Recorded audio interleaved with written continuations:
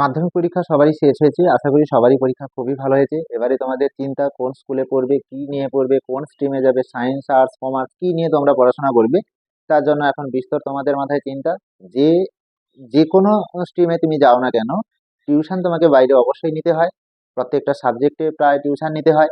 তো সেক্ষেত্রে যে আর্টসে যাবে সে আর্টসের স্যারেদের কাছে টিউশন পড়তে যাবে, যে সায়েন্সে পড়বে সে সায়েন্সে স্যারেদের কাছে টিউশন পড়তে যাবে, অথবা যে কমার্স নিয়ে পড়বে সে কমার্সের স্যারেদের কাছে অবশ্যই তো পড়বে, পড়তে তো হবেই।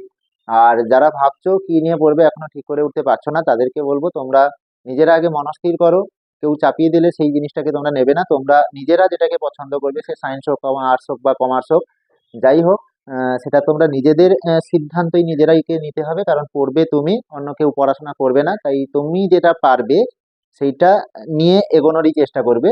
তাই অবশ্যই নিজেদের সিদ্ধান্ত নেওয়াটাই বেটার। সেক্ষেত্রে আমরা সেক্ষেত্রে আহ, আমার যে সেন্টার রয়েছে ফিজিক্স সেন্টার পাথর প্রতিমায়, তো সেখানে মার্চ থেকে, এটা ফেব্রুয়ারি চলছে, তোমাদের পরীক্ষা শেষ হয়েছে, তো মার্চ থেকে আমাদের নতুন যে সেন্টার 11 ফার্স্ট সেমিস্টারের ক্লাস শুরু হবে মার্চ থেকে। তাই যারা মাধ্যমিক দিয়েছো তাদের শুধুমাত্র ফিজিক্স টিউশনের জন্য, পদার্থবিদ্যা টিউশনের জন্য অবশ্যই স্ক্রিনে যে নাম্বারটা দেওয়া রয়েছে সেই নাম্বারে যোগাযোগ করো, এবং খুব তাড়াতাড়ি যোগাযোগ করো, কারণ আমাদের মার্চ থেকে ফিজিক্স টিউশনটা শুরু করব। বেশি দেরি করবো না, কারণ সিলেবাস অত্যন্ত খুবই জটিল এবং খুবই বড়, সেক্ষেত্রে সময় লাগে।